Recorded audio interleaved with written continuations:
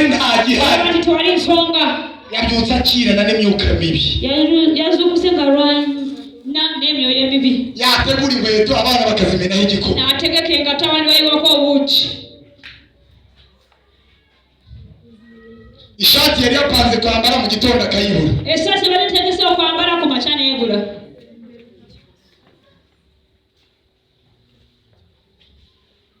telefone itaherukaga kumuhamagara ikamuhamagara agiye kwambara esimu batadde kumukubira nemukubira nga agenze okwambala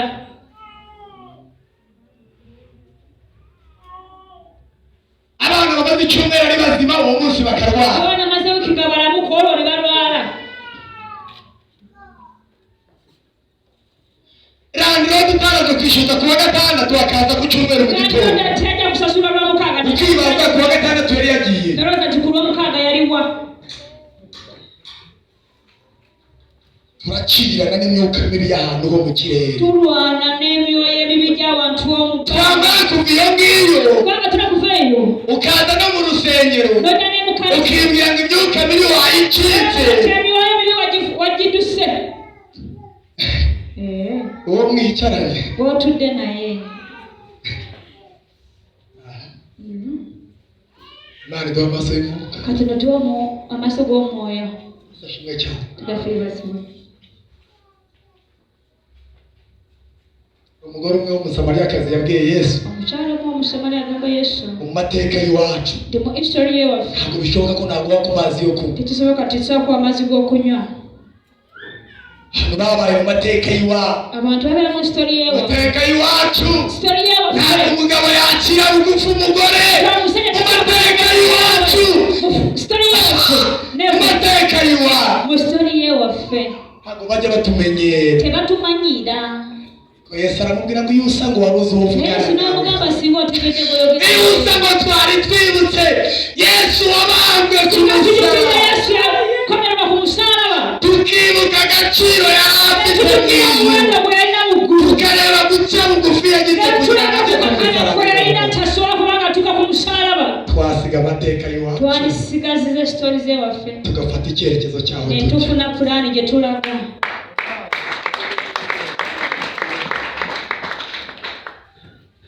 umuntu ushobora kumubwira nabi ukavuga sinzagaruka gusenga omuntu osobola kumugwala nagamba sigenda koma kusaba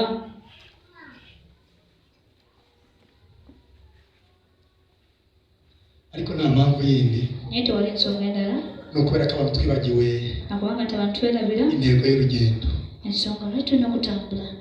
uzinga abantu ntibagitinya mukimanyi nti abantu bakyatya umuntu ashobora guhima umuyobozi we osobola kunoona avuga ati jyewe ni urugero sinzaza gusenga kugira ngo kubera agaciro bafite n'urugero mu badiyakoni osobola kulumya nasenga nagamba sigenda kusaba nzarebe ko bazabona umuntu ubabwiriza nti bwe basisaba ejja kulaba ndabe ana n'abulira enjiri Imana yaguhamagaye kugira ngo ubwirize abandi katonda yakukwita cyangwa Imana yaguhamagaye kugira ngo uzajye mu ijuru kuba katonda yakwita uba wibagiwe intego y'urugendo uba weerabidde ensonga lwaki olina okutambula Bibiliya ivuga iki bayibuli egamba etya ngo Yesu yaje mube nti Yesu yajja mu bbe ariko abe ntibagira bate naye abo tebamutegeera yaje mu bye yajja mu bibye abantu ntibabimuha naye abantu tebamuwa yahinduye intego y'urugendo yakyusa pulaani y'ekkubo icyari cyamuzanye ekyali kyamuleese kwari ugushaka intama yari wali yagize kunoonya endiga yali yabuze yageze ku musaraba aravuga ngo byose bigize biteye okumusana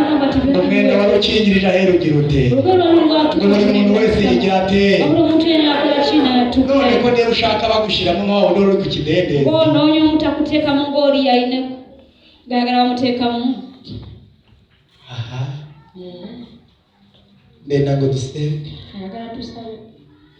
ariko Imana iduha amaso y'umwuka naye katonda tuwa amaaso g'omwoyo mutukuvu tumenye ibyo dukirana nabyo tutegeere ebiki bye burya umuntu yamenye ibyo akirana nabyo singa omuntu ategeera umugabo yavana urubanza ku mugore omusajja asaba kujja umugore yavana urubanza ku mugabo omukyala asaba kujja umubyeyi yavana urubanza ku mwana omuzaana asaba kujja umwana yavana urubanza ku omwana mubyeyi asaba kujja umuyobozi yavana urubanza ku bayobora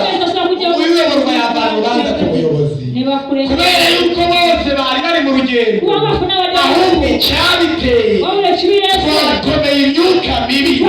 itabasha kugaragara eterabika irangiza itwambika isura ekintulagako utubonye akatubona muri ya myuka mibi yarangiza akarwanya twebwe imyuka ati yandi badalwa isemyoyo emibi egyo twenda gutwambara imbaraga z'Imana twagala twambala amanyi kubera ko ikintu kirukana imyuka twagala kino kigoba emyoyo umwuka gwe mwoyo mutukuvu. umunsi wanza ndibushyigikire umugani w'Abaswahili njya mwemera ariko umuseka mwemera rero agenda kukwatira ko urugero rw'Abaswahili. Swahili yaravuze ngo dawa ya moto ni moto none ntabwo njya mbyemera ibi bari tabikiriza dawa ya ariko uyu moto munsi ngiye twuwemeraho gake rero ntabwo njya nemera ko dawa ya moto ni moto yaba tabikiriza nubwo navuze Imana yangiriye neza ngo mushumba wade katunagamiye ati yamukora ayo rero ngoje ubonye barazamutse rero nga akurembedde nga ayibusiza umutwe mbanzi neza ko amaherezo ari mu manuke abakimanyi okisana kirajja kakana yewe mutegera hasi iya mulindira wansi nabo tuze kuhahurira nti basisinkanawo nubwo wasimbuka wadde ngosera kuba ngo wabuse Mwerezo turamanuka duhurire hasi ojja kakana nubwo dawa ya moto ibaye moto twajya mu muhanda tugatukana tusaba kugenda mufone twevu yo mpamvu rero amagani ntawemera yensonga lwaki ariko kubera iki narivuze kubera iki narivuze ngo mwemeraho gakeya bacyakameta ibonye imyuka rero yateye myoyo gyarumbye wowe ujya mu mwuka ogenda mu mwoyo mutukuvu kugira ngo ya application ya Mose ikore nti dani kali kabonero ka Mose kasoma yanzoka ya Mose kwa musota kwa Mose imire zazoka z'abakoniko mirege musota mwuka w'Imana uri muri wowe mwoyo kwa katonda umire ya myuka mibi irwana nabo ikibazo gifitanye na pastor ekizibu tokina na pastor ntabwo ntibibaho pastor ntabwo yagira ikibazo n'umuntu pastor tasabane ibyo ntibibaho ntibizanabaho tekibaho tekiribera kubera ko bashaka abantu ashunga kubanga yagala abantu bakulembera ahubwo ikibazo kigirana n'imyuka mibi iri hagati yawe na pastor ekizibu kifuna n'emyoyo bibigirwa katuye ne pastor irakubuza kureba aho pastor ari yikugana kutuna pastor wali wareba ukabona ya myuka mibi no tulonda wagira emyoyo mibi ukabona arakwanga abantu takwagala kumva ntiyakwemera abantu tasaba kwikiriza n'igitekerezo watanga n'icyakirwa n'ekirowoozo kyolina kuba tajja kikkiriza yarangiza akagutembereza amana akutambuza ugasanga wowe uri n'uwo mu majyaruguru yega wari uwo mu majyepfo nanti goli bo mu north no kwa ntashobora kukumva n'ubwo byagenda gute nanga tasakula wadde iyo ni imyuka mibi ebyo myoyo mibi senga Imana iguha amaso y'umwuka katonda kuwa amaso ujye mu mwuka wirukane imyuka ogole emyoyo emibi kubera yuko ibyo dukirana nabyo ntabwo ari ibyambaye inyama n'amaraso turakirana n'imyuka mibi yawe mu kirere iyi myuka mibi n'abayitinye umugabo n'umugore baba baryamye igaca munsi y'urugi ikahagera bakajya kuryama bumvikana nayogenda kwebakanga mukwatagana bulungi bugacya mwe yabyimbye nemuzuukukanga buli omu yanyize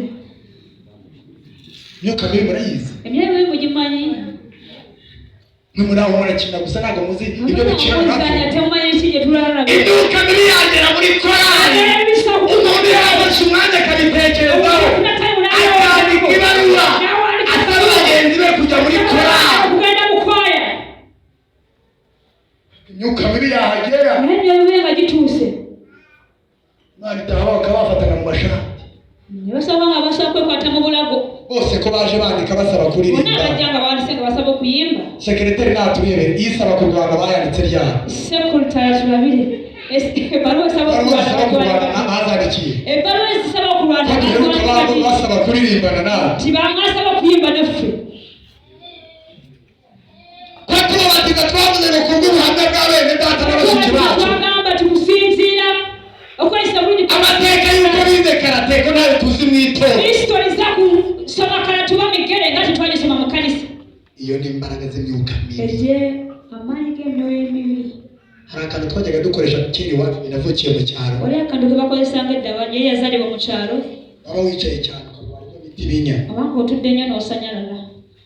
hanyuma bakakubwira ngo nawugamba nti wasanga hari abantu babaye mu cyaro nkanjye bakazi ali abantu abira mu kyalo nga yakimanyi ugakubita ahandi hashanyaraye n'okuba waliwo basanyaladde ukajya uvuga ngo va ku giti dore umuntu agamba nti va ku giti dore omuntu va ku giti raba omuntu abanyacyaro muri benshi mu kyalo muri bangi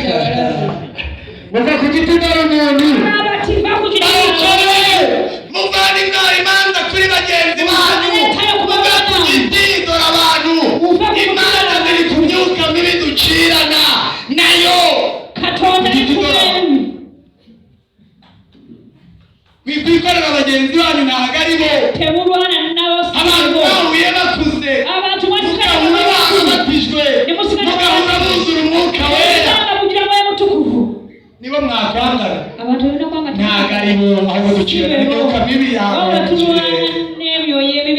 mubanga muve ku giti dore umuntu muve ku mutira omuntu muze twambara imbaraga zose z'Imana muze kugira amanyi g'Akatonda tugire gukirana n'iyi myuka mibi tutandika kurwana n'egyemyoyo tuhangane n'aba bazimu turwana n'egyemizimu umuntu baravuga ati tugewe nzigira haba amahoro abantu abaganga abantu nzegenda kugenda babere emirembe harahari buriya abantu ngabe wari emirembe waka harahari ngabe wari ahari amahoro harahari abari emirembe wari hariya barambaramira reka nzigire hano abantu bambara ko emirembe ngenda kugenda n'ekimanga kumbe naye ikikwirukanye haruguru ekikudusize ari waggulu ni imyuka mibi itagaragara emyoyo mibi ukibwira ngo wayihunze ahubwo ugahinduka fuso itakira imyuka mubi ijyana ahandi haramuha hanyuma wahagera amahoro nakabura ikizabikubwira abatari bamba ariko ni wabo yari yarananiranye kigenda kuragana ng'amati newa bari bamuremwa kera mu rugo bajyaga bankubita ngo bazacika nkava iwacu nkigira ahandi bamukubangana nanga yabakuduka bakave bagenda waraga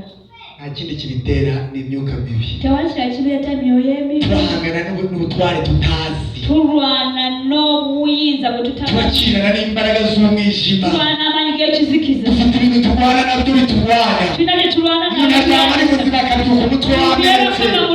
umuntu afite ibyiringiro bugacya yacitse intege akamusengera aririmba indirimbo z'amazamuka yagera mu rugo akumva uburokore ntacyo bumumariye nta kindi kibitera turacirana n'imyuka mibi turwana n'emyoyo emibi ariko mu ijambo bavuga ngo twambare imbaraga z'umuntu uwiteka duha amaso y'umwuka tubashe kureba ibitagaragara tubashe kurwana n'ibidafatika Yesu ashimwe tugiye gusenga Imana tugenda kusaba Katonda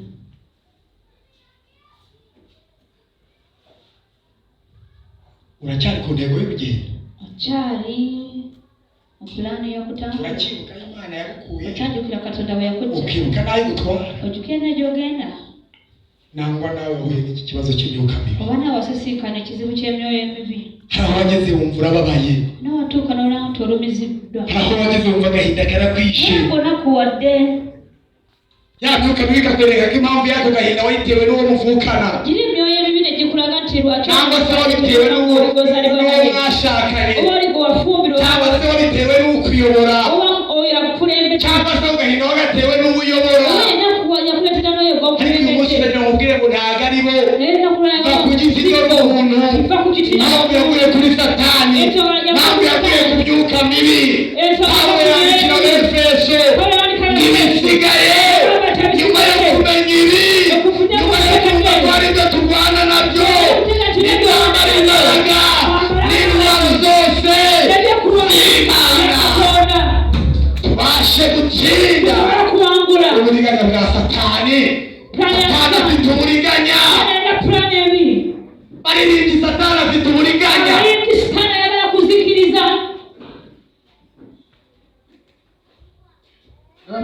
ngo umushoferi yabagamba ati driver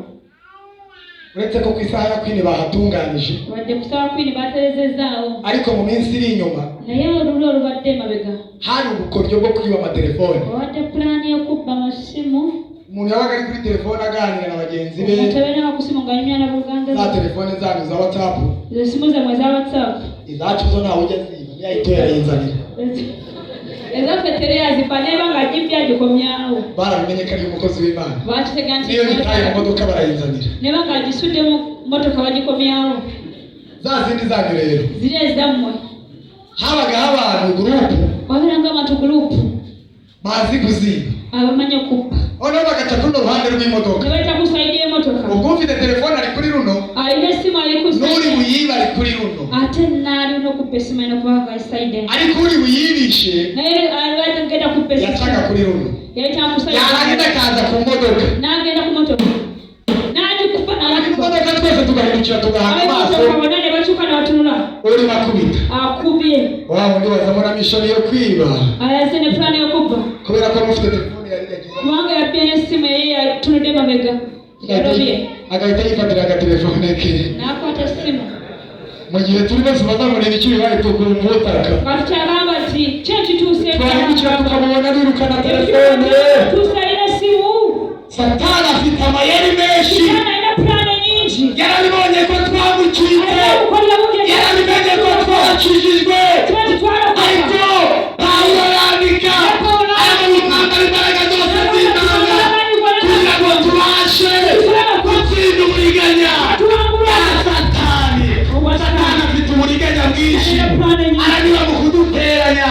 aranyura mu kudusondesha, aranyura mu kutwambaza ubusa, aranyura mu kutwirukana ku mirimo. Afite uburiganya bwinshi, ariko Pawulo ngo twambare impano zose z'Imana kugira ngo dukomere no ku munsi mubi,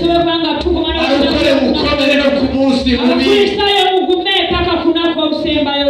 Iki gitumye ducika intege. Uburiganya bwa Satani atwibye agakiza twahawe. Umuntu mwahuye ukuze agutesha agakiza wahawe n'Imana, ubwo ni uburiganya bwa Satani. Numva nazi ukuntu nabibabwira, nafashwe n'ikiniga ndi muri tagisi n'ibanza ndavuga ariko Mana ko inzira ibaye ndende, ariko ndavuga uzampa iherezo ryiza. Naba nararushe iyo turi buterane ku cyumweru saa 12 muri bitotsi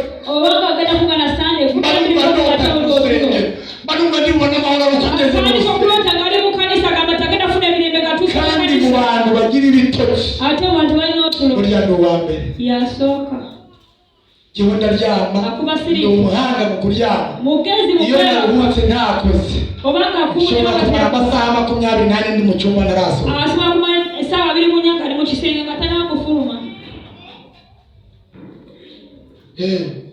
N'igikombe cyicaye n'umugati bakabishyira imbere y'igitanda ku kameza gahari, n'igikopo cyicaye n'umugati baguteka ku kameza atangira gushya.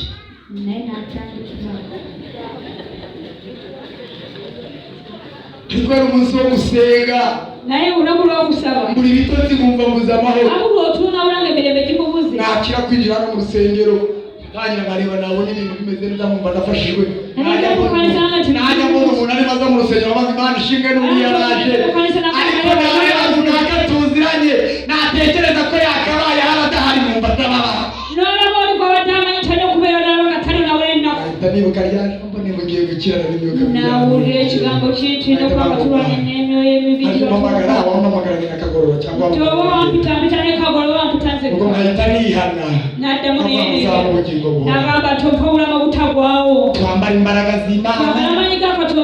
twambare amaso y'umwuka, tuvane imanza kuri bagenzi bacu, twibuke iyo tuva turebe iyo tuva. Imana ibahe umugisha.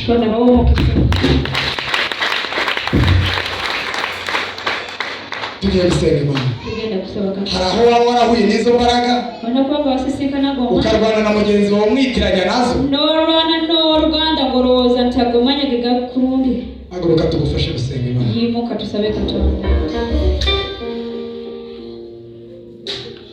Ntabwo turi buvuge ibintu byinshi, niba ubona hari uko byagiye nawe ukaba wiyibutsa ko bati koko hano n'imyuka mibi, haguruka dufatanye gusenga Imana. Kandi niba udahari nabwo turashima Imana.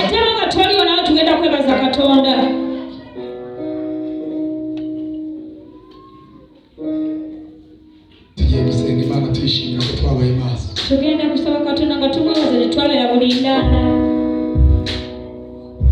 Imana yaduhaye amaso y'umwuka imyuka mibi ntidushobora. Katonda yatuwa amaso g'omwoyo emyoyo mibi kitatusobola. Imana ibahe umugisha mwebwe mwahagurutse. Abayimiridde Katonda abawe omukisa.